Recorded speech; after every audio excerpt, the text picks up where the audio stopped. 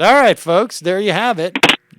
Your ideological blinders are right back on. I put my ideological glasses back on. I mean, there's a lot of hedging here. There's a lot of play the dance again. That's why I think there's a lot of dancing involved in this. I just think from the actually going to play that again. Yeah, a little bit of background. Let's have this conversation with a little bit of background. All right. This is most ridiculous. I can't focus. You can't see this on the YouTube right now, but Michael is literally shaking his entire body doing the Harlem Shake. He can't help himself. I can't. I'm laughing like George Bush. No, the kid is very well spoken, but he's not. I didn't hear anything that was really addressing a lot of my questions. He didn't address it, and I would just say, like, if I'm going to adapt, speaking from that generational perspective or whatever, there's two things, right? In the short terms, it's jobs. And what's the real long-term problem that we actually face? That's climate change, global warming. Well, yes. So you're talking about we're in this huge crisis.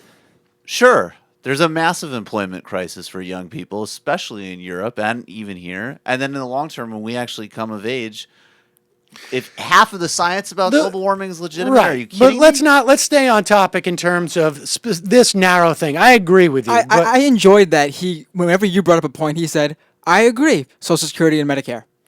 But the problem with what he is offering is that there is no line that he can draw between the plan that we need to act on now and jobs and growth, other than this notion of confidence. And this is exactly what was prescribed for Europe. We're going to cut and give confidence to people and to the business sector. And what we've seen is the economies go in the tank. Double dip recessions, maybe triple dip recessions as a function of this. And the idea that we're talking about closing loopholes will be some sort of shared sacrifice is a joke as well. Look, the bottom line is the agenda of these people is to use this crisis as some type of smokescreen to cut benefits from retirement programs. That's basically it. We can see, look, right now, the Congress could say, we're going to cancel the sequester.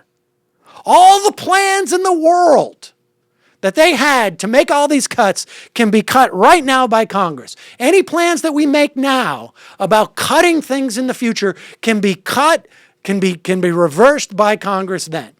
But if these hedge funder guys, these Wall Street guys get their hands on that Social Security money, they're not going to give it back. That is the plan. If you're really concerned about the deficit, there are things like financial transaction taxes that these guys won't bring up. It's just closed loopholes, but of course they won't bring it up. That's right. You could have progressive austerity, which wouldn't be the right strategy Ed now Randell, either. senior advisor at Greenhill Company, a multinational investment bank. I mean, we know why Ed Rendell is pushing this. It's the same reason why Pete Peterson's pushing it. I don't care what party he's from. That doesn't make a difference. He's from the money party. He just puts on his Democratic bona fides coat as a way to agitate for that stuff. So, but he was well-spoken, that kid. I mean, for such a young guy. I'll hand it to him for coming on the show. And got to give him credit for coming on the show. I give him minimal credit. I appreciate the awareness of the Harlem Shuffle that is going forward. Shake. And again, the shake. And the bottom line is there is one primary long-term driver of our long-term debt.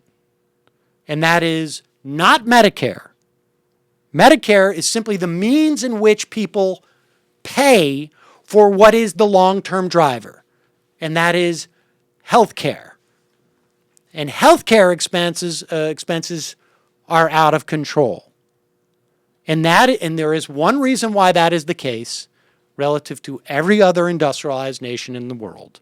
And that is because without the capacity of having a single payer or a primary payer for these services, there's no way to control costs.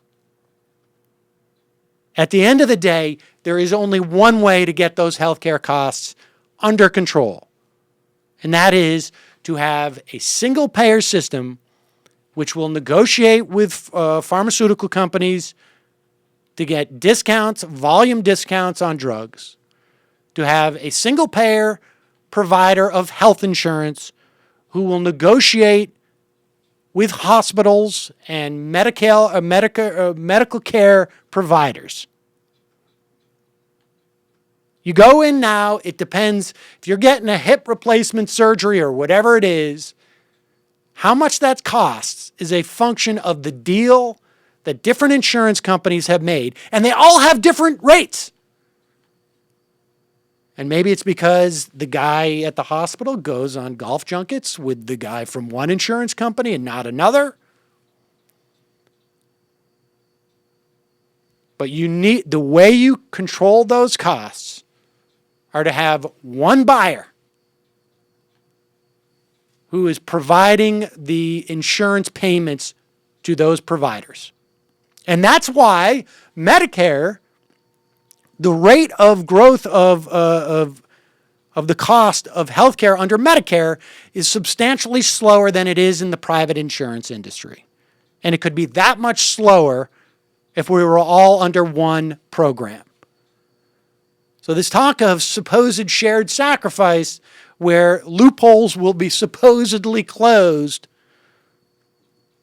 for the very wealthy in this country, it's just a lie.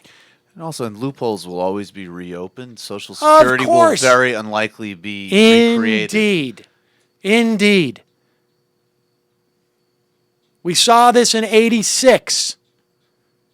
Fred Grandy, of all people, Gopher, who was a congressman at that time, sitting on the set of the Larry Kudlow show, said this to both Larry and I. Well, we closed the loopholes in '86 when we brought down the rates. The rates stayed down, and the loopholes got reopened. Loopholes is exactly what you close when you don't want the rich to pay more taxes in the long term. Cuts on Social Security, raises in the Social Security wage tax. That's like herpes. That's forever. And can I just say one other thing, too? I think it's so important to emphasize what they did in the UK, because they actually did. Like, they cut defense spending. They tried to broaden tax rates. I mean, they did, from this austerity perspective, they did have shared sacrifice. And not only have they continued being in a recession, they're not even going to meet their deficit cuts. No, because what happens is you quash demand, then you quash revenue, and then your deficits grow. You cannot cut quick enough to get ahead of the destruction of the economy that is destroying your revenue base. You can't get ahead of it. It's just a spiral downward. And when we talk about phasing in, we talk about gradual cuts, and some now, but we won't say what they should be and how they won't impact the economy, those are the answers we can't get. We get more of the Harlem Shake. I closed the video. You did? Oh, God. Thought we were done with it. Well, I'm never done with it. I want to keep playing that forever. I thought the Gangnam Style one was better. The Gangnam Style one was probably better.